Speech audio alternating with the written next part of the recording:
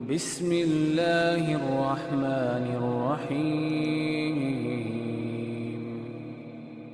وہ عمل سنت کے مطابق سمجھا جائے گا جس کے اندر 6 شرطیں ہوں۔ سب سے پہلی شرط، میں اور آپ جو کام کر رہے ہیں اس کام کرنے کا سبب شریعت نے بیان کیا ہو۔ میں اگر فجر سے پہلے سنتیں گھر پڑھتا ہوں تو اللہ کے رسول بھی پڑھتے تھے۔ میں اگر 60 سے 100 آیتیں فجر کی نماز میں پڑھتا ہوں، آپ پڑھتے ہیں، تو اللہ کے رسول بھی ایسا کرتے تھے۔ میں اگر فجر کی سنتیں پڑھنے کے بعد چند لمحات کے لیے دائیں کروٹ لیٹ جاتا ہوں تو اللہ کے رسول ایسا کرتے تھے۔ لیکن اگر کوئی نیکی کا عمل بھی ہو اور شریعت نے اس کا حکم نہیں دیا، یہ سنت کے مطابق نہیں ہوگا۔ 23 سال اللہ کے رسول صلی اللہ علیہ وسلم کی نبوت کے بعد گزرے، لیکن آپ نے ایک مرتبہ بھی 23 سالوں میں یا اس سے پہلے بھی آپ نے عید میلاد النبی کی محفلیں نہیں لگائی اور یہ نہیں منائی، یہ لفظ ہی نہیں تھا۔ یہ سنت نہیں ہوگی، یہ بدعت ہوگی، یا یہ شریعت نہیں ہوگی، کیونکہ اس کا قرآن و سنت میں ثبوت نہیں ہے۔ قرآن یہ کہتا ہے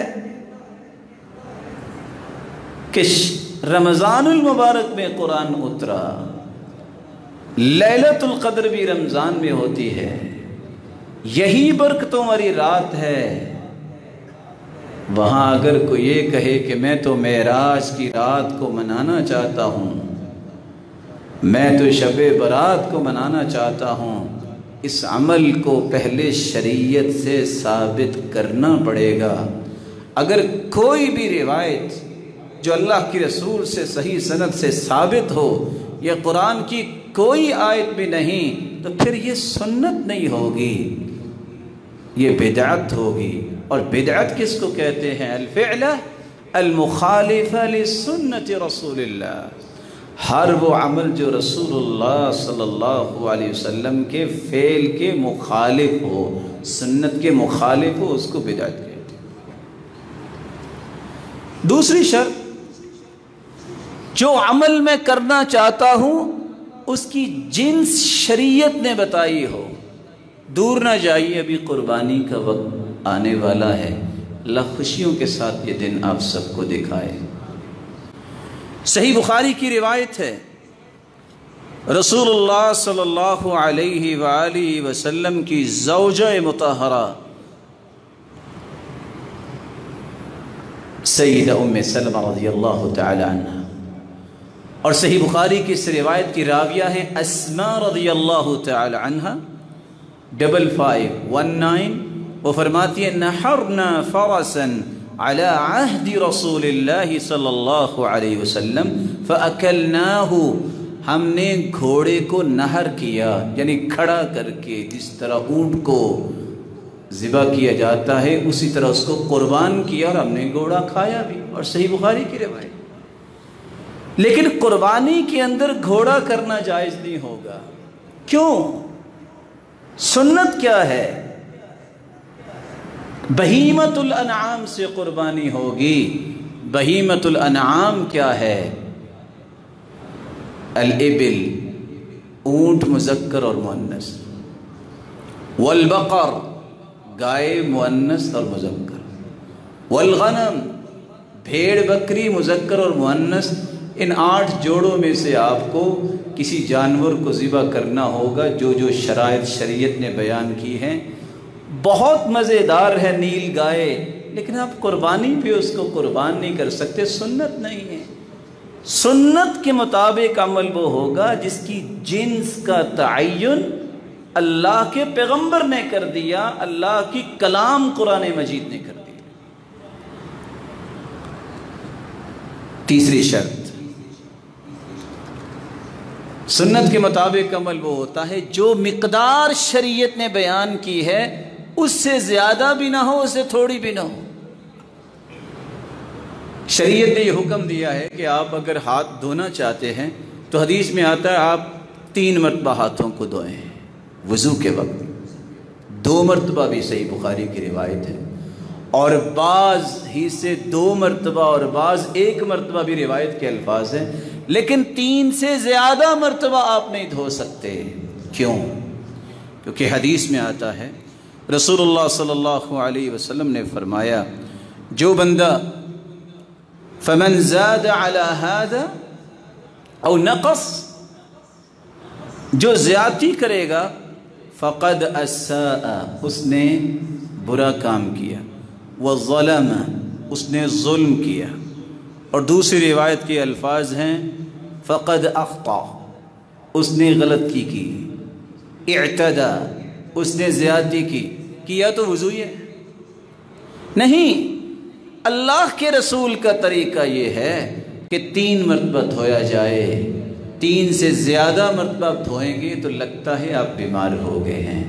سیم اسی طرح ایک شخص امام مالک کے پاس آیا اور آ کے کہتا ہے میں نے 5 مشکیزیں اپنے اوپر 3 سے 5 مشکیزیں بہائے ہیں، میرا غسل ہو گیا ہے؟ کہتے ہیں آپ پر تو غسل واجب ہی نہیں ہے۔ کہتے ہیں وہ کیسے؟ کہتے ہیں دیوانوں کے اوپر کوئی غسل واجب ہوتا ہے؟ 5 مشکیزیں تم نے اپنے جسم پہ بہا دی، ابھی مجھ سے پوچھ رہے ہو کہ جسم گیلا ہوا ہے کہ نہیں ہوا؟ سنت یہ ہے کہ جو مقدار اللہ کے رسول صلی اللہ علیہ وآلہ وسلم نے بتائی ہے اس سے زیادہ نہ ہو۔ ایک بندہ بہت متقی ہے، وہ کہے نہیں زور کی بھی ہم 10 رکعتیں پڑھتے ہیں، کبھی 12 بھی پڑھ لیتے ہیں، 4 پہلے اور 4 بعد میں، جو پڑھتا ہے اس پہ جہنم حرام کر دی جاتی ہے۔ میں نے آج کے بعد نا فجر کی جو فرض 2 ہے نا اس کو 4 پڑھنا ہے۔ زیادہ کیا تو اچھا ہی کیا ہوگا نا اس نے، لیکن نہیں، قیامت کی نشانی اللہ کے رسول نے بیان کی ہے، لوگ فجر کی 2 کی بجائے 4 رکعتیں پڑھیں گے۔ یہ نہیں ہو سکتا کہ ظہر کی آپ 4 کی بجائے میں نے آج 6 پڑھنی ہے، سنت نہیں ہوگی۔ سنت وہ ہے جو محمد مصطفیٰ نے پڑھی ہے، وہ 2 ہی پڑھی ہے فرض اور 2 سنتیں پڑھی ہیں۔ تو سنت وہ ہوگی جو شریعت نے مقدار متعین کر دی ہے اس سے زیادہ نہ کیا جائے، کیونکہ محمد مصطفیٰ سے بڑھ کے متقی اللہ نے پیدا ہی کوئی نہیں کیا۔ سنت کے مطابق عمل وہ ہوگا جس کی چوتھی شرط یہ ہے جس کی کیفیت کو بھی شریعت نے بیان کر دیا ہے۔ کیفیت کیا ہے؟ رسول اکرم صلی اللہ علیہ وسلم نے جب وضو کیا ہے تو سب سے پہلے ہاتھ دھوئے ہیں۔ ایک بندہ کہے وضو ہی کرنا ہے نا تو چلو ٹونٹی کے قریب پاؤں ہے، پہلے میں پاؤں دھو لیتا ہوں، بعد میں چہرہ دھو لوں گا، ہاتھ تو بعد میں بھی دھل جائیں گے، وہ وضو نہیں ہوگا۔ نماز ہی پڑھنی ہے، اٹھ کے کھڑے ہو کے جو پڑھنی ہے، پہلے بیٹھے بیٹھے میں سجدے کر لیتا ہوں، بعد میں رکوع کر لوں گا تو قیام آخر میں کر لوں گا، کام تو وہی ہے، لیکن یہ سنت کی نماز نہیں ہوگی، کیونکہ محمد کریم نے ایسی نماز نہ پڑھائی ہے، نہ پڑھی ہے، نہ سکھائی ہے۔ اس کی کیفیت طے ہے، اس طرح پڑھنی ہے۔ 210 روایتیں جب بتائیں کہ اللہ کے رسول جب کھڑے ہوتے تو اپنے دونوں ہاتھوں کو کندھوں کے برابر لے جاتے، رفع الیدین کیا کرتے، یہ سنت ہے۔ ایک ایک انگلی اٹھانے کی نیکیاں ملتی ہیں، یہ 10 نیکیاں ملتی ہیں، اور نیکیوں کے ساتھ یہ اللہ کے رسول کا طریقہ ہے۔ رکوع کی طرف جاتے، وَإِذَا كَبَّرَ لِلرُّكُوعِ، تو پھر بھی اپنے ہاتھوں کو کندھوں کے برابر لے جاتے، وَإِذَا رَفَعَ رَأْسَهُ مِنَ الرُّكُوعِ، جب آپ اپنے سر مبارک کو رکوع سے اٹھاتے تو پھر بھی آپ اپنے ہاتھوں کو کندھوں کے برابر لے جاتے۔ اور دوسری روایت کے الفاظ ہیں وَإِذَا قَامَ مِنَ الرَّكْعَتَيْنِ، جب 2 رکعتوں کے بعد تیسری رکعت کے لیے آپ اٹھتے تو اپنے دونوں ہاتھوں کو کندھوں کے برابر لے جاتے۔ یہ نماز ہے سنت کے مطابق۔ اگر کوئی بھی صحیح حدیث آج تک نہیں مل سکی کہ اللہ کے رسول نے اس کو چھوڑا ہو۔ 6 مہینے پہلے آپ کی وفات کے وائل بن حجر سردیوں میں گئے ہیں، چادریں لی ہوئی تھی صحابہ نے، کانوا یرفعون ایدیہم تحت اردیتہم، چادروں کے نیچے سے بھی ہاتھ اٹھائے انہوں نے۔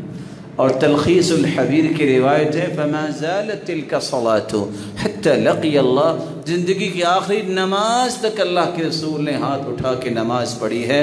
تو جو ہاتھ نہیں اٹھائے گا وہ دعویٰ نہیں کر سکتا کہ یہ سنت کے مطابق کر رہا ہے۔ سنت کے مطابق عمل وہ ہوگا جس کی 5ویں شرط یہ ہے، شریعت نے ہر عبادت کا وقت معین کیا ہے۔ روزے رمضان میں ہی فرض ہے۔ ایک بندہ کہے توبہ توبہ بڑی گرمی ہوگی، یہ تو اپریل اور مئی میں آگے ہیں، اور نہیں جی دسمبر کے ٹھنڈے اور جنوری کے ٹھنڈے دنوں میں روزے رکھ لوں گا، کٹوتی اس جگہ جا کے کر لوں گا، وہ روزے نہیں ہوں گے رمضان کے۔ یہ وقت متعین ہے۔ ایک بندہ کہے حج پہ تو لوگ ہی بہت ہوتے ہیں، چلو میں آرام سے جاتا ہوں، جب حاجی چلے جائیں گے تو سفر میں جا کے میں حج کر لوں، جمرات بھی خالی ہوں گے، مینا بھی خالی ہوگا اور میدان عرفات بھی خالی ہوگا، مجھ سے نا اصل میں بھیڑ میں پریشانی ہو جاتی ہے، تو وہی کام جا کے کر لے، حج نہیں ہوگا۔ اس کا وقت متعین ہے، یہ ذوالحجہ میں ہی حج ہو سکتا ہے، یہ شعبان اور محرم اور سفر میں حج نہیں ہوتا، اس کا وقت متعین ہے، اس سے پہلے نہیں ہو سکتا، اس کے بعد بھی نہیں ہو سکتا۔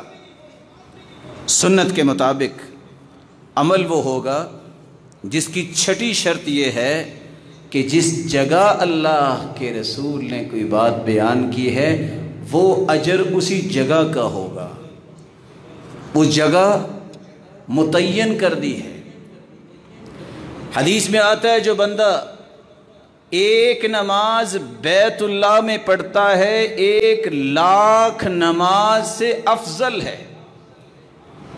گویا 55 سال اگر نماز پاکستان میں آپ پڑھتے ہیں تو ایک نماز بیت اللہ کی ان 55 سال کی نمازوں سے افضل ہے۔ یہ فضیلت صرف بیت اللہ میں ہے، دنیا کے کسی جگہ چلے جائیں، میں میکسیکو گیا ہوں، میں فلاں جا رہا ہوں، میں فلاں جگہ بھی نماز پڑھی، میں نے دنیا کے آخری کونے میں اٹلی کے آخری ٹیلے پہ جا کے پڑھی، آگے دنیا ختم ہو جاتی ہے، پانی پانی ہے، اور وہاں کوئی شخص نہیں تھا، آپ کو وہاں نماز کا اجر اتنا ہی ملے گا جتنا عام زمین پہ پڑھتے ہیں، بیت اللہ سے زیادہ نہیں ہو سکتا۔ یہ طے ہو گیا ہے، اعتکاف مسجد میں ہوگی، ساری دنیا کے فقہاء اکٹھے ہو جائیں، نہیں عورتوں کو گھر بیٹھنے دو، ان کے لیے گھر ہی ٹھیک ہے، یہ آپ کا تقوی ہو سکتا ہے، محمد کریم نے تقوی نہیں بتایا۔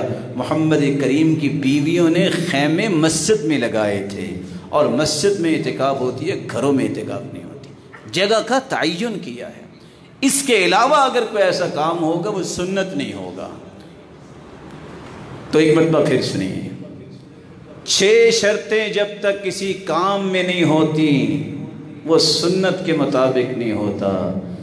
شریعت نے اس کا سبب بیان کیا ہو، شریعت نے اس کا وقت مقرر کیا ہے، شریعت نے اس کی مقدار مقرر کی ہے، شریعت نے اس کی کیفیت مقرر کی ہے، اور اس کے لیے جس جگہ کا تعین کیا ہے اور جس جنس کا تعین کیا ہے، اس سے الگ ہو کہ ساری زندگی سجدے میں پڑے رہو، وہ عمل قابل قبول نہیں۔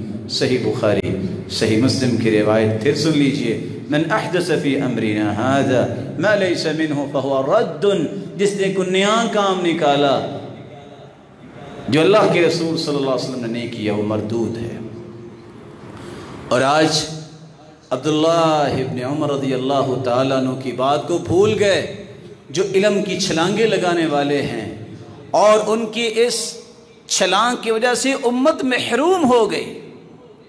چھلانگ کیا ہے؟